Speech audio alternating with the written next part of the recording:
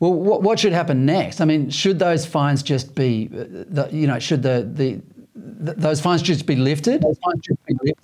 Yeah, well, the IPA has called for a general amnesty on those fines, Fred, because, as we say, there was never any business for getting the criminal law involved in that. And certainly those who are not paying, we think they're actually issuing their own silent protest. And what's happening now is it's descended into a bit of a ridiculous ad hoc situation in Victoria. We read at one stage that the Black Lives Matter protest organisers, they were going to have the charges against them withdrawn. But then the next day they decided to proceed after all. Out of the blue, Zoe Bueller, having waited nearly 2 years to be told what her fate was to be, was informed that those charges were going to be withdrawn. So there's clearly some knowledge in the depths of the state of Victoria that these fines were outrageous. They're impossible to prosecute if they were ever tested in court. This is the time for a general amnesty to say, let's start the process of rebuilding trust in our state institutions, and any fines that have been paid should be refunded.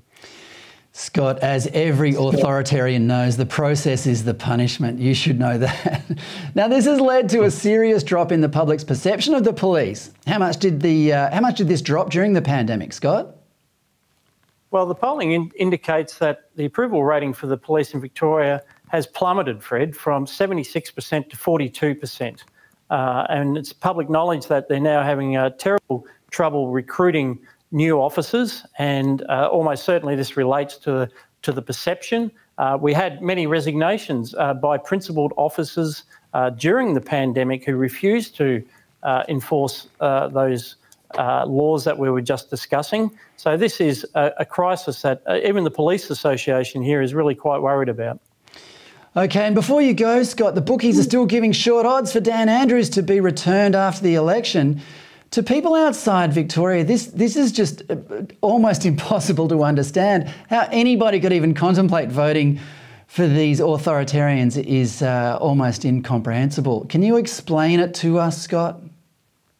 Well, there's two interesting things in Victoria, of course, is not only is Dan Andrews a very focused communicator who's very happy to dominate the airwaves, but there's a government-funded communication machine behind that, which amplifies those messages. And the other thing, there are laws which the IPA opposed, which have made it very, very difficult for new parties who might wish to engage in the forthcoming Victorian election to get going, because individuals are prevented from donating more than $1,000.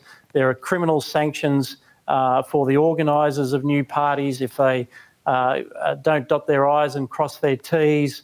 And this has led to what's been described as a $100 million brick wall preventing new parties getting any traction in the forthcoming campaign.